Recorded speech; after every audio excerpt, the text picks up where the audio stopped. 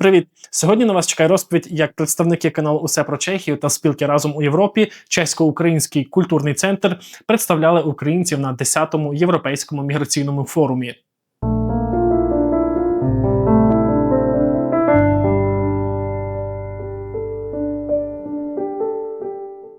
27 та 28 листопада ми були у Брюсселі на 10-му Європейському міграційному форумі, події, яка щороку збирає людей, від яких залежить міграційна політика Європейського Союзу. І ми привезли звідти багато того, про що зазвичай не розповідають у офіційних звітах.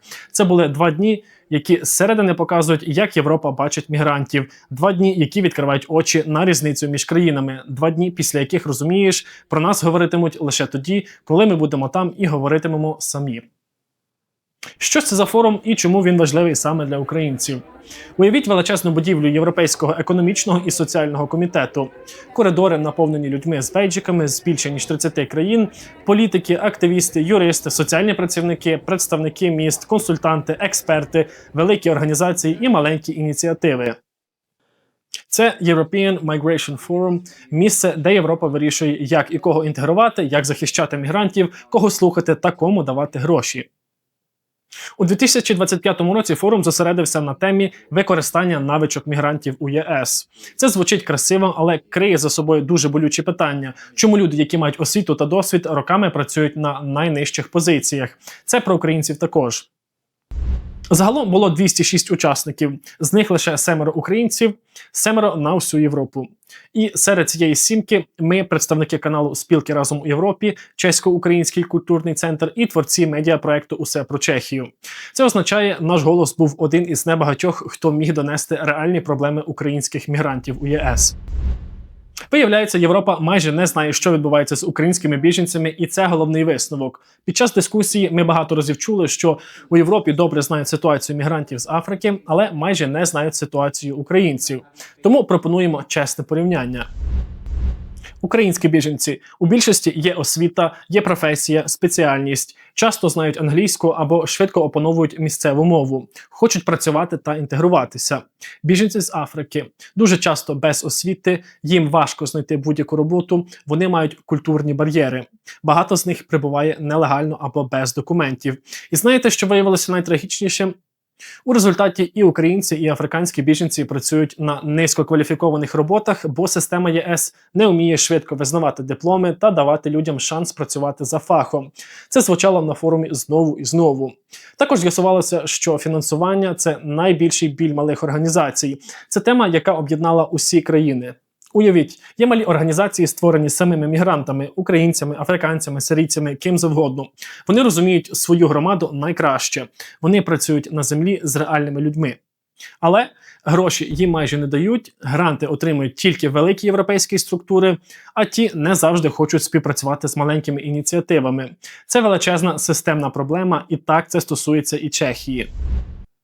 Але те, що було супер, це нетворкінг. Це насправді місце, де ти отримуєш більше, ніж очікував.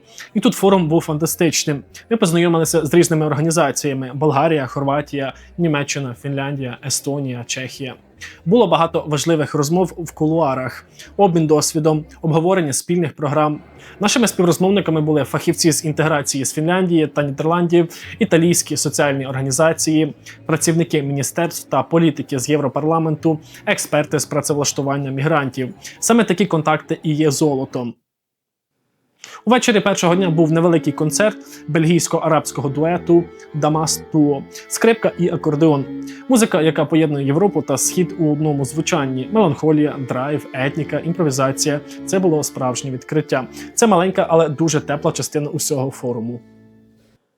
Найемоційніший момент з усього форуму – це голосування, яке показало реальний стан речей. На форумі обирали нового члена бюро на 2 роки. Ми подали свою кандидатуру, і потім ми дізналися, що на посаду подається також українка з Праги, і вирішили, що підтримаємо її, щоб збільшити шанси України. Це було б чесно і правильно. Голосування було таємним, але нам відомо, українці проголосували за українку, жоден чех не проголосував за неї. Це було боляче, це було несподівано і це було показово. Європа різна, Чехія теж. І не завжди партнери підтримують так, як нам здається. Стосовно самої організації події, Європа показала рівень і тут не посперечаєшся.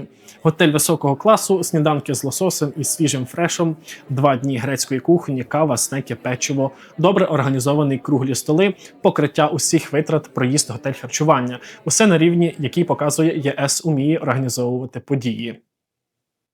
До речі, перед форумом на нашому каналі нещодавно ми провели власне опитування, щоб зрозуміти, які проблеми найбільше турбують українців у ЄС, що заважає знайти роботу за фахом, які бар'єри інтеграції найболючіші та якої підтримки українці найбільше потребують. Результати дуже цікаві, місцями навіть несподівані. Ми обов'язково презентуємо їх окремо.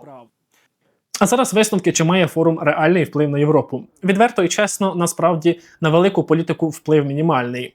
На особисті знайомства, досвід і розуміння системи вплив колосальний.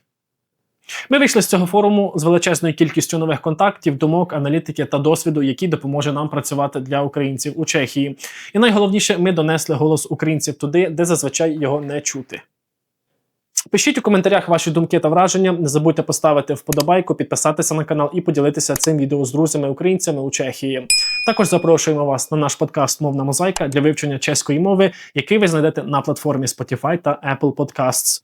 Зазирніть обов'язково. З вами був Володимир, це усе про Чехію. До зустрічі у наступних випусках. Слава Україні! Побачимось!